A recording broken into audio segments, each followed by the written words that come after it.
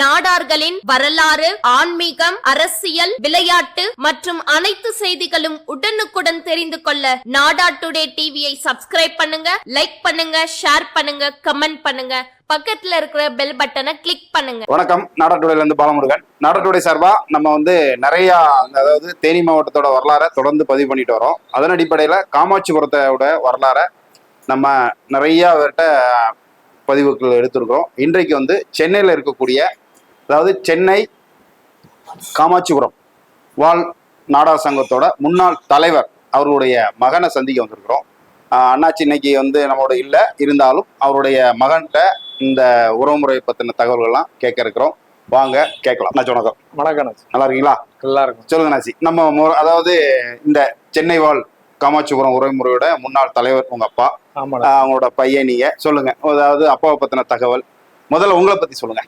வணக்கம், என் பேர் செந்தில்குமார். அப்பா பேரு பச்சைமால் நடார், SMKP பச்சைமால் நடார். அவங்க காமாட்சிபுரத்திலே பிறந்து வளர்ந்தவங்க. அவங்க காமாட்சிபுரத்துல பிறந்து வளர்ந்து ஒரு 15-16 வயசு இருக்கும்போது சென்னை வந்துட்டாங்க. சென்னை இங்க அண்ணன் தம்பி ஒரு 3 பேர் சேர்ந்து சென்னை வந்துட்டாங்க. இங்க வியாபாரம் பண்றதுக்காக வந்தவங்க. கம்பெனி வச்சு மிட்டாய் கம்பெனி தான் வச்சிருந்தாங்க. இந்த தேன் மிட்டாய், இந்த வேர்க்கடலை உருண்டை, பர்பி இதெல்லாம் போடுவாங்க. போட்டு வியாபாரம் பண்ணி ஆரம்பத்துல எங்க ஐப்பாவும் சேர்ந்து வந்துருந்தாங்க. ஐப்பா தான் காளியப்ப நாடார். எங்க அப்பாவோட அப்பா பேரு காளியப்ப நாடார். காமாட்சிபுரத்துல குளத்து தோட்டம் காளியப்ப நாடார்னு சொன்னா இன்னமும் அது எல்லாருக்கும் தெரியும். இப்ப 2 தலைமுறை 3 தலைமுறை மாறிடுச்சு. மாறினாலும் இப்பயும் குளத்து தோட்டம் அந்த இடத்துல இருக்கு. அந்த குளத்து தோட்டத்தை போய் கேட்டோம்னா காளியப்ப நாடார் பேரு இன்னமும் தெரியும். அவங்களோட பேரன் தான் நாங்க. இப்ப நான் இங்க அப்பா சின்ன வயசுல இங்க வந்துட்டாங்க.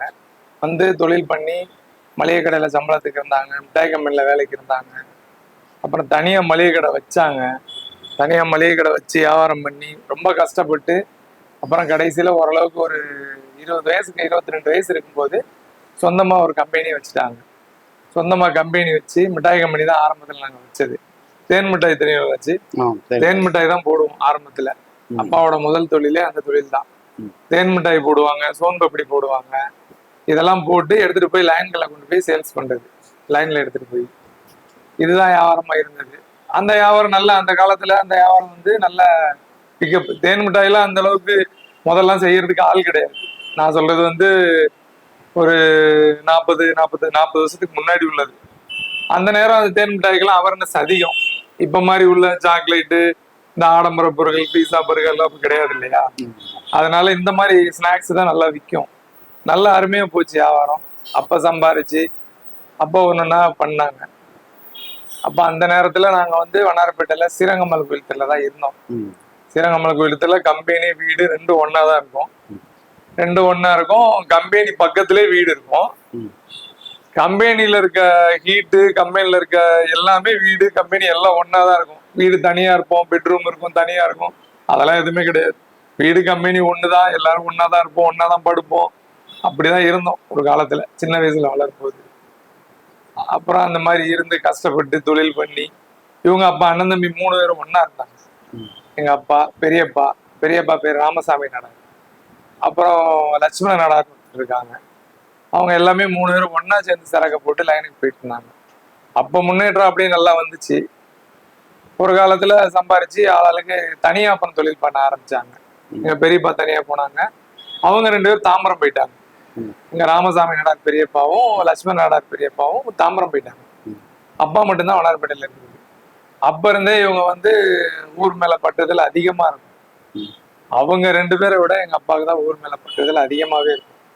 எப்பயுமே எங்க அத்தை ஊர்ல இருந்தாங்க. இப்பமும் எங்க அத்தை இறந்துட்டாங்க. அத்தை மகன் ஊர்ல தான் இருக்காங்க, காமாட்சிபுரத்துல தான் இருக்காங்க. அவர் பேர் செல்வராஜன் ஒருத்தர் இருக்காரு. அவங்க ஊர்ல தான் இருக்காங்க. அவங்க பாத்தீங்கன்னா அங்கேயேதான் தொழில் பண்ணிட்டு அங்கேயேதான் இருக்காங்க. அத்தை இருக்கும்போது நாங்க ஊருக்கு போகும்போதெல்லாம் அத்தை ரொம்ப பிரியமா எங்களை வரவேற்பாங்க, கூட்டு போவாங்க. வீட்டுக்கு கூட்டு போய் நாங்க போயிட்டாலே கோழி அடிச்சு குழம்பு வச்சிருவாங்க. அதுதான் எப்பயுமே ஊர்ல வழக்கமா இருக்கும் நாங்க ஊருக்கு போகும்போதெல்லாம். அப்பா வருஷம் ஊருக்கு கூட்டு போயிடுவாங்க. அதுக்கப்புறம் நாங்க சைதாப்பேட்டையில கடை வச்சோம்.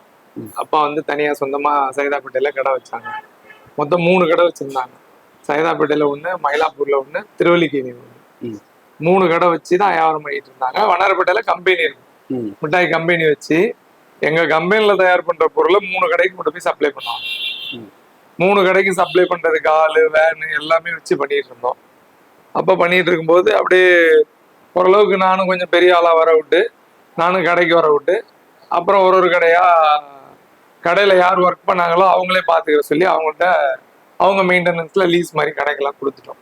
மயிலாப்பூர் கடை, திருவல்லிக்கேணியில உள்ள கடை எல்லாத்தையும் கொடுத்துட்டு சைதாப்பேட்டை கடையை மட்டும் நாங்க மெயின்டைன் பண்ணோம். அதுல நானும் அப்பாவும் ஒன்னாதான் இருந்தோம். ஒன்னாதான் இருந்து வியாபாரம் பண்ணோம். அதுலதான் சம்பாதிச்சோம். அதுலதான் வீடு வாங்கினது, வசதியானது, கார் வாங்கினது எல்லாமே அதுலதான். அப்ப இது வந்து எப்போனாச்சு அப்பா வந்து இந்த நம்ம சென்னை வாழ் காமாட்சிபுரம் உறவுமுறை தலைவர் எந்த காலகட்டத்தில் ஆனாங்க? காமாட்சிபுரம் உறவுமுறை தலைவர் ஆனது வந்து ஒரு 30 வருஷத்துக்கு முன்னாடி ஆயிட்டாங்க. கிட்டத்தட்ட 30 இருக்காதுனாச்சு, கிட்டத்தட்ட 40 வருஷம் மேல இருக்கும். அப்பமே ஐயா தலைவர் ஆயிட்டாங்க.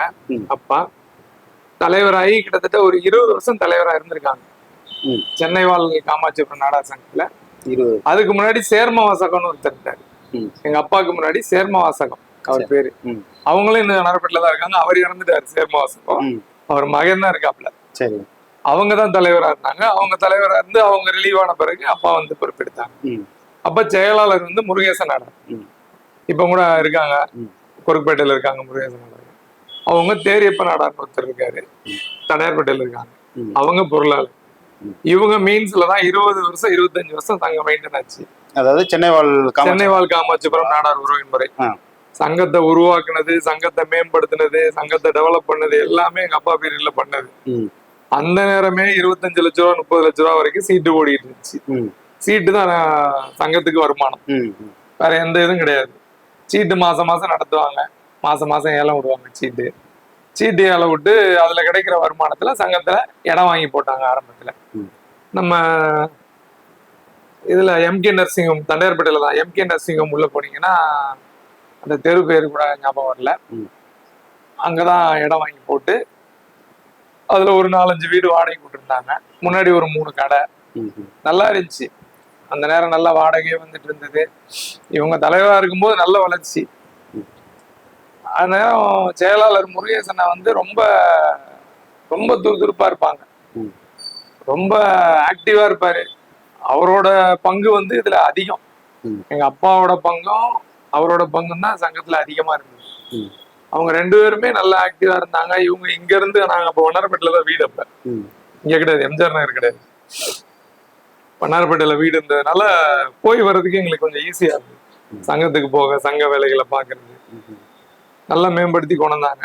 அந்த நேரம் வாங்கினதுதான் நம்ம வண்ணாரப்பேட்டையில காமாட்சிபுரம் இந்த நாடார் உறவினருக்கு பாத்தியப்பட்ட அந்த இடம் வந்து எங்க அப்பா தலைமையில இருக்கும்போது வாங்கினது. இப்போ இந்த சங்கம் அப்பா வந்து கிட்டத்தட்ட ஒரு 40 ஆண்டு காலம் இந்த சமுதாய பணியில இருந்திருக்கிறாங்க இல்லையா? ஆமா, 20 ஆண்டு காலம் இதுல நம்ம சங்கத்திலையும் தலைவரா இருந்திருக்கிறாங்க. இந்த சங்கத்துல இருந்த காலகட்டங்கள்ல என்னென்ன சமுதாய செயல்பாடுகள் என்னென்னலாம் பண்ணாங்க? சமுதாய செயல்பாடுகள் வந்து காமராஜர் பிறந்த நாள் வந்தனாலே, காமராஜர் பிறந்த நாளை ரொம்ப கிராண்டா கொண்டாடினாங்க. காமராஜருக்கு வந்து மவுண்ட் ரோட்ல ஜிம்கானா கிளப் முன்னாடி ஒரு காமராஜர் சிலை ஒண்ணு இருக்கு. அந்த காமராஜர் சிலைக்கு தினமும் மாலை அணிவிக்கணும்னு சொல்லி ஒரு விழா எடுத்தாங்க. அதை ஆரம்பிச்சு வச்சது எங்க அப்பா தலைவரா இருக்கும்போது ஆரம்பிச்சது முருகேசன் நாடாரு. அப்புறம் பொருளாளரா வந்து இவங்க இருந்தாங்க. அப்ப அந்நேரம் வந்து பாஸ்கரன் நாடார் ஒருத்தர் இருந்தாங்க. அவங்க எல்லாம் சேர்ந்துதான் ஆரம்பிச்சது. அவங்க இருக்கும்போது தினமும் காமராஜர் சிலைக்கு மாலை அணிவிக்கணும் அப்படின்னு ஒரு திட்டம் எடுத்துட்டு வந்தாங்க. திட்டம் எடுத்துட்டு வந்து அந்த சிலைக்கு வந்து நம்ம அந்த நேரம் கவர்மெண்ட் யாரு கவர்மெண்ட் இருந்ததோ அந்த கவர்மெண்ட்ல பர்மிஷன் வாங்கி தினந்தோறும் போய் நம்ம காமாட்சிபுரம் உறவின் முறை நாடார்ல இருந்து நாடா சங்கத்துல இருந்து ஒருத்தர் போய் மாலை அணிவிப்போம். காலையானா தினத்தை சுழற்சி முறையில, இப்போ ஒரு 200-300 மெம்பர் இருக்காங்கன்னா சுழற்சி முறையில யாராவது ஒருத்தர் போய் போய் போய் மாலை அணிவிக்கிறது. அதுக்கு கூட ஒருத்தர் போவாங்க. பெருந்தலைவர் காமராஜர் அறக்கட்டளைன்னு ஒண்ணு தனியா, அது தினந்தோறும் மாலை அணிவிக்கும் அறக்கட்டளைன்னு சொல்லி தனியா ஆரம்பிச்சு அதை வந்து சிறப்பா நடத்திட்டு வந்தாங்க. அப்புறம் காமராஜர் பிறந்த நாளுக்கு பொங்கல் விழான்னு சொல்லி ஒண்ணு வச்சாங்க. அது அந்த மவுண்ட் ரோட்லயே அந்த நம்ம குதிரை சிலையில இருந்து வர ரோடு இருக்கு பாருங்க, அந்த ரோட்ல ஒரு 2-3 வருஷம் கண்டினியூவா பொங்கல் வச்சாங்க. ஒரு குடும்பத்துல ஒருத்தர், நம்ம லேடிஸ் குடும்பத்துல ஒருத்தர் எடுத்துட்டு போய் அவங்கள கூட்டு போய் ஒரு விழாவை நடத்தி அந்த நேரம் இருந்த கவர்மெண்ட் திரும்பி பார்க்குற அளவுக்கு பண்ணாங்க. ஒரு தனியா ஒரு நாடார் உறவு முறையில இருந்து இந்த அளவுக்கு பண்றாங்களா காமராஜருக்கு, இதையே நம்ம செஞ்சா என்ன அப்படின்னு கவர்மெண்ட், அந்த நேரத்துல இருந்த கவர்மெண்ட் அதை எடுத்து திரும்ப நாங்க செய்யறோம், இந்த விழாவை இனிமே நாங்க நடத்துறோம் அப்படின்னு சொல்லி திருப்பி அவங்க வாங்கி அதை நடத்த ஆரம்பிச்சாங்க. இப்பவும் அந்த அறக்கட்டளை இயங்கிட்டு தான் இருக்கு. அது இன்னொருத்தர் தலைமையில இயங்கிட்டு இருக்கு. பாஸ்கரன் நாடா நடத்திட்டு இருக்காங்க. அதாவது பொருளாளர், முன்னாள் பொருளாளர் அவங்க நடத்திட்டு இருக்காங்க. சரி சரி. இது இப்போ பொதுவா வந்து நம்ம ஊர்ல இருந்து வரோம், ஊர்ல இருந்துதான் நம்ம அங்க வரோம், இங்க வந்து ஒரு நம்ம உறவின் எல்லாம் உருவாக்கிறோம். இங்க வந்திருக்கும் அங்க ஊர்ல உங்களோட பங்களிப்பு என்ன? ஊர்ல வந்து எங்களோட பங்களிப்புன்னு பார்த்தா, அப்பா ஊருக்கு போயிருவாங்க. எப்படியும் கோயில் திருவிழா வந்துட்டா ஊருக்கு போயிருவாங்க. கோயில் திருவிழா வந்துட்டு கோயிலுக்கு நன்கொடை கொடுக்கறதுல இருந்து கோயில் வேலைப்பாடுகள், ஊர்ல வந்து அப்புறம் எங்க கோயிலுக்கு முன்னாடி தெரு முனையில வந்து ஒரு ஆர்ச் ஒண்ணு கட்டியிருக்கோம். அது வந்து எங்க அப்பா, எங்க பெரியப்பா பசங்க ஒரு 3 பேர் இருக்காங்க. தங்கமுத்து, மகாலிங்கம், அப்புறம் குருசாமின்னு சொல்லி அவங்க 3 பேரு எங்க அப்பா. இவங்க 4 பேர் சேர்ந்து நம்ம காமாட்சிபுரம் கோயிலுக்கு அந்த தெருவுக்கு முகப்புல ஒரு வளைவு ஒண்ணு கட்டியிருக்கோம். அது வந்து எங்களோட சொந்த செலவுல கட்டியிருக்கோம். எங்க 4 பேரோட குடும்பத்துல சேர்ந்து கிட்டத்தட்ட அது இப்ப அந்த ஆர்ச்சி கட்டி வந்து ஒரு 26 வருஷத்துக்கு முன்னாடி, 26க்கு கூட தான் இருக்கும். அதாவது அந்த 3வது கும்பாபிஷேகம் இப்ப வந்துருச்சு. முதல் கும்பாபிஷேகத்தை அப்ப கட்டினது அது. சரி சரி. அதுக்கு முன்னாடியே கட்டிட்டாங்க. அது எங்க 4 குடும்பமும் சேர்ந்து பண்ணது. சரி. எங்க பெரியப்பா பசங்க 3 பேரு, எங்க அப்பா, உங்க அப்பா எல்லாம் சேர்ந்து பண்ணது. இன்னமும் அந்த ஆர்ச்சி நம்ம தேனி மாவட்டம் காமாட்சிபுரம் உறவுக்காரங்க அழகா மெயின்டைன் பண்ணிட்டு இருக்காங்க. இன்னமும் அதுக்கு பெயிண்ட் அடிச்சு, எங்க பேர் போனீங்கன்னா பாத்தீங்கன்னா எங்க குடும்பத்து பேர்லாம் அதுல இருக்கும். அப்பா பேரு, எங்க அண்ணன் பேரு எல்லாமே அதுல இன்ன வரைக்கும் இருக்கு. இன்னும் நல்லா சிறப்பா பண்ணிட்டு இருக்காங்க. சரி சரி சரி சரி. ஓகே. வேற என்னென்னலாம் உங்க ஊருக்கு நீங்க செஞ்சிருக்கீங்க? அதாவது பொதுவா வந்து ஊர்ல இருந்து வெளியூர்ல, நம்ம சொந்த ஊர்ல இருந்து வெளியூர் வந்துட்டோம்னா நம்மளுடைய பொருளாதாரம் எல்லாம் உயர்ந்ததுக்கு அப்புறம் நம்ம ஊருக்குலாம் எதுவும் பண்ணணும் அப்படிங்கிற ஒரு எண்ணத்துல சில பேர் அவங்களால முடிந்ததெல்லாம் செய்வாங்க. அந்த மாதிரி ஏதாட்டு நிகழ்ச்சிகள் தான் சொல்லுங்க. ஊர்ல வந்து அந்த இது ஸ்கூல் கட்டினாங்கன்னு, பழைய ஸ்கூலை இடிச்சு புது ஸ்கூலா கட்டினாங்க. அதுக்கு நம்ம பொருள் உதவி பண்ணியிருக்கோம், நன்கொடை கொடுத்துருக்கோம். அப்புறம் கோயில் கட்டும் போது கும்பாபிஷேகத்துக்கு முன்னாடி அதுக்கு நன்கொடை கொடுத்துருக்கு. கோயில் சம்பந்தமான விஷயம், ஊர் சம்பந்தமான விஷயங்கள் எல்லாமே. அப்ப வந்து வரதராஜன் நாடார்னு ஒருத்தர் இருந்தாங்க, எனக்கு பெரியப்பா அவரு. அவங்க ஊர்லயே தான் இருப்பாங்க. அவங்க வந்து எங்க அப்பாவோட ரொம்ப நெருங்கிய தொடர்புல இருந்தாங்க. அவங்க வந்து எப்பயுமே ஊர்ல எது நடந்தாலும் வந்து எங்க அப்பாட்ட சொல்லிடுவாங்க. அதனால அது என்ன வேலைப்பாடு பண்ணணும்னாலும் அவங்க மூலமா அப்பா செஞ்சிருவாங்க. இவங்களால ஊருக்கு போக முடியலனாலும் எங்க பெரியப்பா அனுப்பிச்சு விட்டு வரதராஜ நாடார் வச்சிருக்காரு. அவங்க பிள்ளைங்கலாம் இப்ப இங்கதான் இருக்காங்க, தாம்பரத்துல இருக்காங்க. அவங்க மூலமா அந்த வேலைகள் நடந்துகிட்டே தான் இருக்கும். கோயிலுக்குரிய வேலைகள் அது பார்த்துக்கிட்டே தான் இருக்கும். சரி. இப்போ உங்க அப்பா வந்து இந்த சென்னை வாழ் காமாட்சிபுரம் உறவின் முறையோட தலைவரா இருந்தாங்க. இப்போ நீங்க அடுத்த தலைமுறை நீங்க வந்துட்டீங்க, நீங்க என்ன பதவியில இருக்கீங்க அதை பத்தி சொல்லுங்க. இப்போ வந்து நான் துணைத் தலைவரா இருக்கேன் சார். அதாவது சென்னை வாழ் காமாட்சிபுரம் உறவின் முறையோட துணைத் தலைவர் இருக்கீங்க. வேற என்னென்ன பதவி எல்லாம், ஏதாட்டு அசோசியேஷன் இந்த மாதிரி எதுவும் பதவியில இருக்கீங்களா? வேற எங்க குலதெய்வம் பேர்ல நாங்க ஒரு உறவின் முறை வச்சிருக்கோம், செண்பகக்குட்டி இந்து நாடார் உறவின் முறைன்னு சொல்லி. சென்னை வாழ், அதுவும் சென்னையில இருக்கவங்களை ஒருங்கிணைச்சு ஒரு 4 மாவட்டத்துல இருக்கவங்களை ஒருங்கிணைச்சு நாங்க நடத்திட்டு வரோம். அதுல வந்து நான் வந்து செக்ரட்டரியா இருக்கேன். சரி சரி. தலைவர் பேர் முனிராஜன், நான் செக்ரட்டரி. அப்புறம் பொருளாளர் வந்து செண்பகமூர்த்தின்னு ஒருத்தர் இருக்காரு. சரி. அவர் பொருளாளரா இருக்காரு. எங்க சங்கத்திலயும் இப்ப நான் ஒரு செயலாளர் இருக்க சங்கத்திலயும் சீட்டுகள் நிறைய போய்கிட்டு இருக்கு. சீட்டு நடத்திக்கிட்டு இருக்கோம். சீட்டு மூலமா வர வருமானத்துல தண்டையார்பேட்டையில இந்த உறவின் முறை ஆரம்பிச்சது வந்து ஆரம்பிச்ச காலத்துல பொன்னுச்சாமி நாடார்னு ஒருத்தவங்க தலைவரா இருந்தாங்க. அந்த அவங்க தலைவரா இருக்கும்போது தண்டையார்பேட்டையில ஒரு சங்கத்துக்குன்னு ஒரு இடம் வாங்கினாங்க. ஒரு 850 ஸ்கொயர் ஃபீட்ல வாங்கினாங்க. வாங்கி அந்த இடத்த அவங்க கட்டி வாடகைக்கு விட்டாங்க. ம். சங்கத்துக்கு வருமானம் வர மாதிரி வாடகைக்கு விட்டாங்க. இப்ப நாங்க எங்க தலைவர் முனிராஜன், நான் செயலாளராக இருக்கும்போது ம். ஒரு ஃபார்ம் லேண்ட் ஒண்ணு வாங்கியிருக்கோம். ம். திண்டிவனம் பக்கத்துல ம். பண்ணை நிலம் ம். 1/2 ஏக்கரால கிட்டத்தட்ட 59 சென்ட் இருக்கும். ம். ம். 1/2 ஏக்கரால பண்ணை நிலம் வாங்கியிருக்கோம். ம். அது எங்களோட குலதெய்வம் செண்பக விநாயகர் பேர்ல கட்டலாம், அறக்கட்டளை. ஒரு கோயில் கட்டலாம். ம். ம். அந்த இடத்துல ஒரு கோயில் கட்ட போறோம், செண்பக விநாயகர் கோயில் கட்ட போறோம். சரி சரி. கட்டுறதுக்காக அதை முன்னிட்டு இப்ப வாங்கியிருக்கோம். ம். வாங்கி இப்போ 2 வருஷம் இருக்கும். சரி சரி சரி. இப்ப அந்த கோயில் வேலைகள் ஆரம்பிக்கிறதுக்கு வர மே மாசத்துல இருந்து பூஜை போடலான்னு ஒரு ஐடியா இருக்கு. ம். பேசியிருக்கோம் சங்கத்துல. ம். இன்னும் நிர்வாகிகளோட ஒப்புதல் எல்லாம் வாங்கிட்டு ம். அடுத்த கட்டமா அந்த வேலைகளை ஆரம்பிக்க போறோம். சரி. வேற என்ன சிறப்பு தகவல் என்ன இருக்கு உங்க அப்பாவை பத்தின? சிறப்பு தகவல் அப்பா ஆரம்பத்துல இருந்தே தொழில் தான் அவங்களுக்கு. ம். தொழிலும் சங்கமும் தான் 2 கண்ணா வச்சிருந்தாங்க. ம்.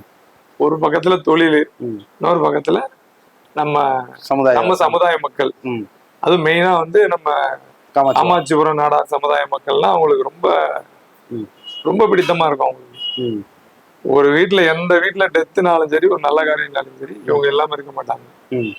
சங்கத்துல இருக்கும்போது, தலைவரா இருக்கும்போது சரி, ம். தலைவருக்கு முந்தின பீரியட்லயும் சரி, ம். ரொம்ப இன்ட்ரெஸ்டா ஆர்வமா ஒரு கல்யாணம் வச்சுட்டாலும் எதுக்குனாலும் போயிடுவாங்க. ம். அவங்க கூப்பிடணும்னு கூட எதிர்பார்க்க மாட்டாங்க. சரி. கூப்பிடலனா கூட தலைவர் செயலாளர் போய் யார்ட்டையாவது ஒருத்தட்ட அழைப்பு வந்தா கூட போதும், ம். இவங்க போய் நின்றுவாங்க. ம். அந்த அளவுக்கு ஒரு சங்கத்து மேலையும் தொழில் மேலையும் ரொம்ப ஆர்வமா இருப்பாங்க. ம். தொழில் தான் அவங்களுக்கு முதல் கண்ணு. ம். 2வது கண்ணு சங்கம், சமுதாயம், நம்ம நாடார் சமுதாயத்துக்காக ம். ரொம்பவும் பிரியமா இருப்பாங்க. அண்ணாச்சி நிறைய தகவல் சொன்னாங்க. இன்னைக்கு பாத்தீங்கன்னா, அதாவது ஒவ்வொரு உறவின் முறைக்கும் ஒரு வரலாறு இருக்கு. அதன் அடிப்படையில பாத்தீங்கன்னா, இன்னைக்கு சென்னையில இருக்கக்கூடிய காமாட்சிபுரம் சென்னை வாழ் உறவின் முறையோட அந்த நிர்வாக சபை அன்றைக்கு ஸ்ட்ராங்கான ஒரு அடித்தளம் போட்டிருக்காங்க பெரியவங்க. இன்றைக்கு அது மிகவும் பயனுள்ளதாக இன்றைக்கு இருக்கக்கூடிய தலைமுறைக்கு ஒரு அடையாளமாக இந்த சங்கம் இருக்குது. தொடர்ந்து இன்னொரு காமாட்சிபுரத்தை சார்ந்த நிர்வாகிகளை சந்திக்க இருக்கிறோம். தொடர்ந்து நாடாட்டுடன் இணைந்தீர்கள். நன்றி, வணக்கம். வணக்கம். இந்த வீடியோ உங்களுக்கு பிடிச்சிருந்தா லைக் பண்ணுங்க, ஷேர் பண்ணுங்க, சப்ஸ்கிரைப் பண்ணுங்க, பக்கத்துல இருக்கிற பெல் பட்டனை கிளிக் பண்ணுங்க.